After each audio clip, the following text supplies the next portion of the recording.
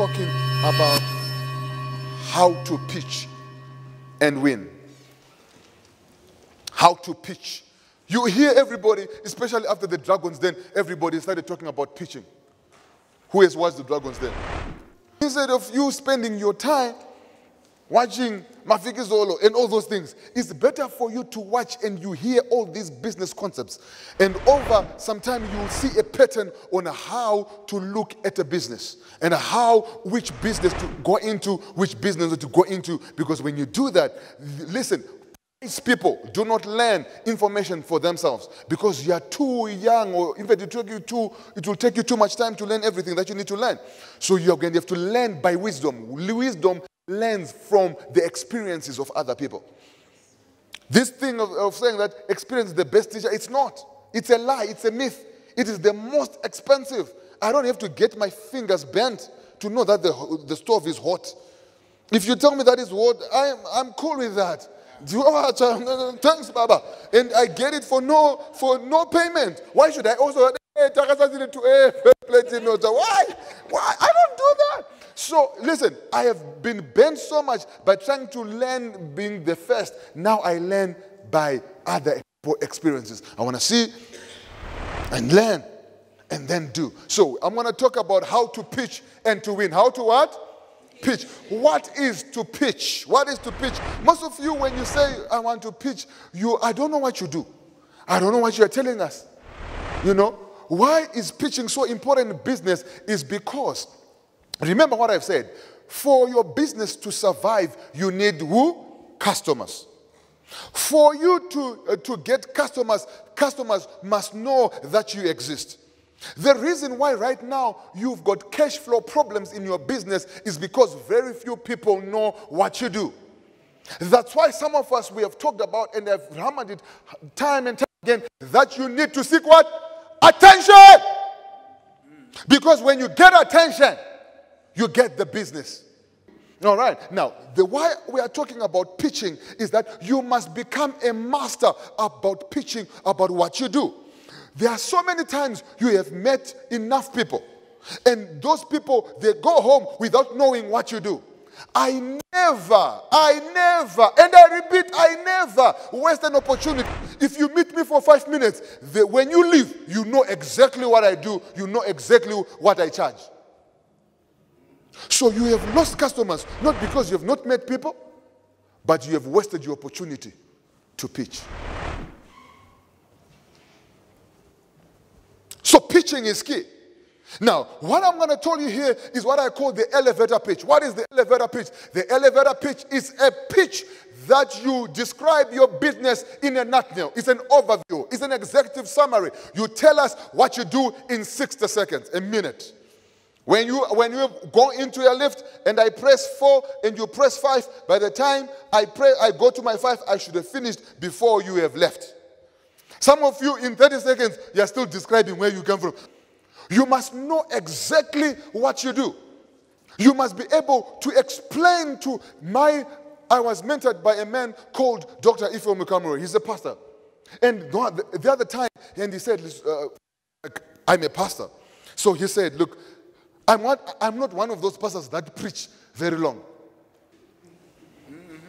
I was at a funeral a few days ago. I was told to preach. Open the Bible, 7 minutes, done. Service finished. And everybody is still talking about the message. Some people preach and talk until working out ambutars. They know some good bless you.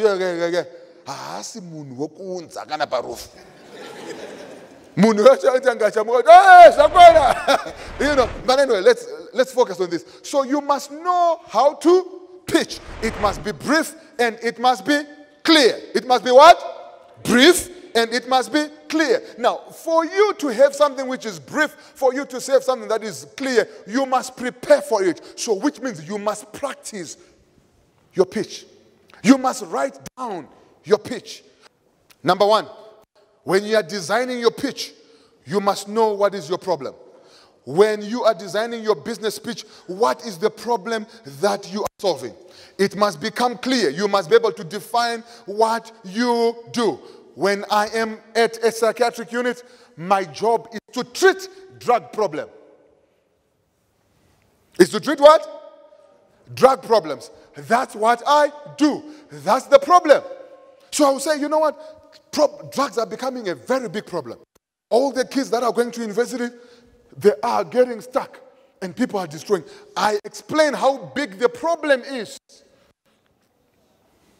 This is also what you do when you are pitching to get money. What is the problem? Number two, what is your solution? Some of you, when you are pitching, you tell us all the solutions. No, not you must pitch and tell us what solution you are offering. What makes you different? What is your solution to the problem? Are you hearing what I'm saying?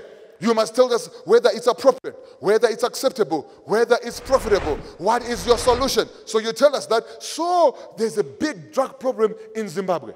So what we have done is we have opened up drug rehabilitation. How many seconds have I taken? Less than 10. Number three, who is your target? Do they have money? How much are they? So who are you? So we are admitting anybody who's got a drug problem, from kids to adults to whatever, and our target is the parents. Are you hearing what I'm saying? You must write it down. Who is your competition?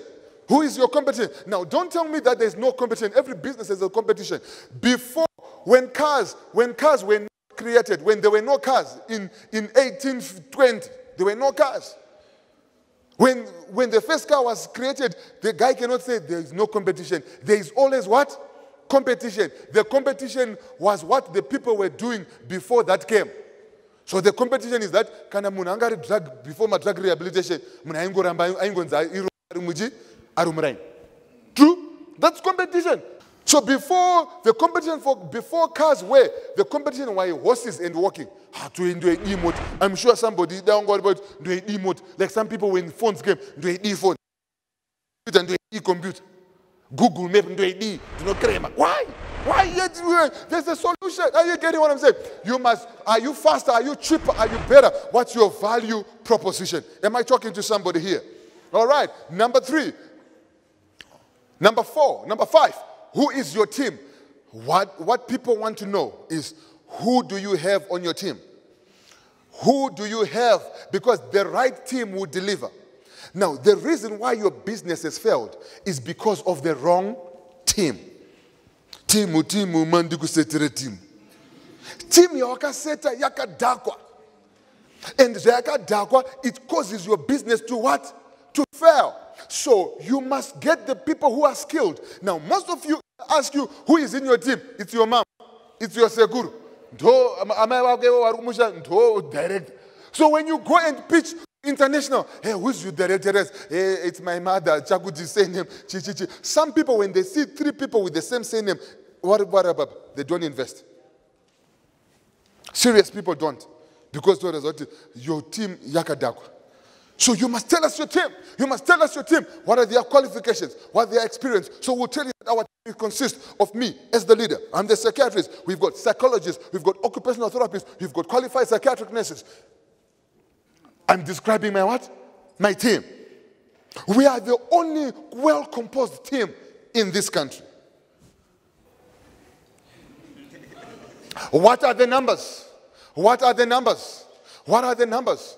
What do you expect when you do your business? What is the ROI, return on investment? How much is needed? How much money? How many sales? What profit is needed? It must be realistic. It must be believable. I'm asking you, you're walking on foot. You've got a business. Then you say, this business, when we started, 1 billion. This is not the bearer check era. Are you hearing what I'm saying?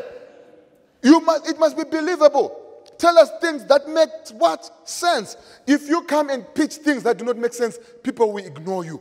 I want to believe it. I want to believe it. No, you people believe things that make what? Sense. So you must know your numbers. You must be predictable. And entrepreneurs are over-optimistic. They say, I will finish this building in 2 months. Whenever I hear somebody say 2 months, and now I say times 2. When somebody says, I will make a profit of 10,000, I divide it by 2.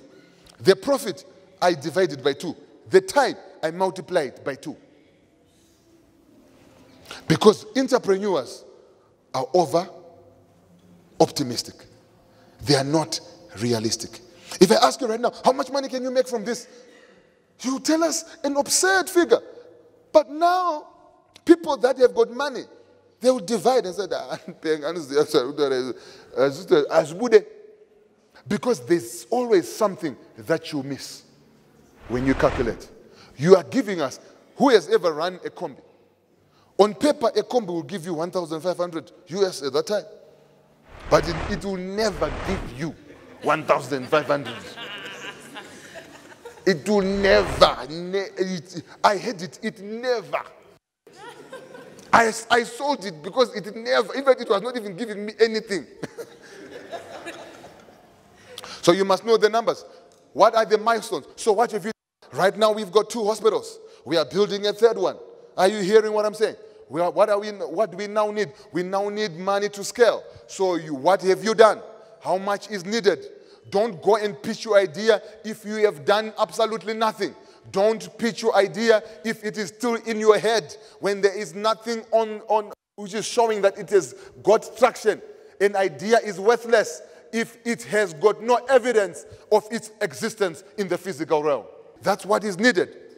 Okay?